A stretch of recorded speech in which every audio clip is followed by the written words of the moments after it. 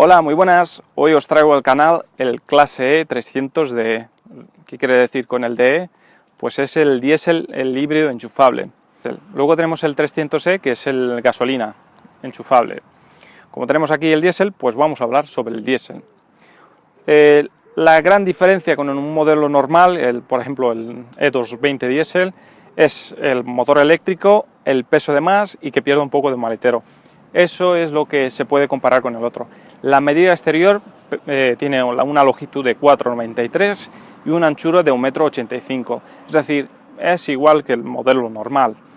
La estética, por ejemplo tiene la estética MG, un poquito más deportivo, y con los faros multibeam LED. Los laterales lleva el distintivo EcoPower, porque así se llaman nuestros híbridos.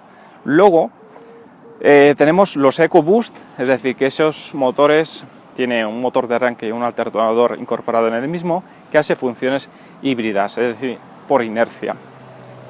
Tenemos dos gamas diferentes, es decir, como os decía antes, el EcoBoost y EcoPower. EcoPower serán los híbridos enchufables. Los EcoBoost serán los motores no enchufables, pero esos llevan un peso menor, porque llevan una pequeña batería de 48 voltios. Es decir, para que sepáis las diferencias, es decir, este nos vale para ciudad, incluso para un viaje, pero tampoco largo, para que ahorráis algo. Y los EcoBoost nos vale para todo, para viajes largos, porque no son coches que pesan muchísimo. Vamos a hablar ya del EcoPower, del híbrido enchufable. Pues como os decía, este es el motor 220 que le incorpora un motor eléctrico, es decir, tiene unos 194 caballos y luego el motor eléctrico entre 86 y 122, que es su pico máximo de caballos en modo eléctrico. En Mercedes va por separado el motor eléctrico de combustión, es decir, cuando se calcula, pero a la conducción pues se unen para mejorar la potencia, incluso, es decir, va al conjunto. El peso de este coche son unos 2.060 kilos, es decir, unos 345 kilos de más que el modelo normal. Luego, el maletero se queda en unos 400 litros, es decir, pierde unos 140 litros de maletero.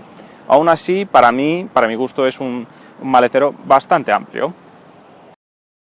El doble fondo no existe, bueno, existe para guardar los cables y alguna cosita de más. Y el resto, la conducción es súper fantástica. De hecho, yo vivo a unos 20 kilómetros del trabajo, salí con el coche cargado del trabajo, llegué a casa y aún así me daba para hacer otro viaje de vuelta al trabajo. Es decir, podría ahorrar algo. Si yo viviría más de 50 kilómetros, también podría ahorrar algo.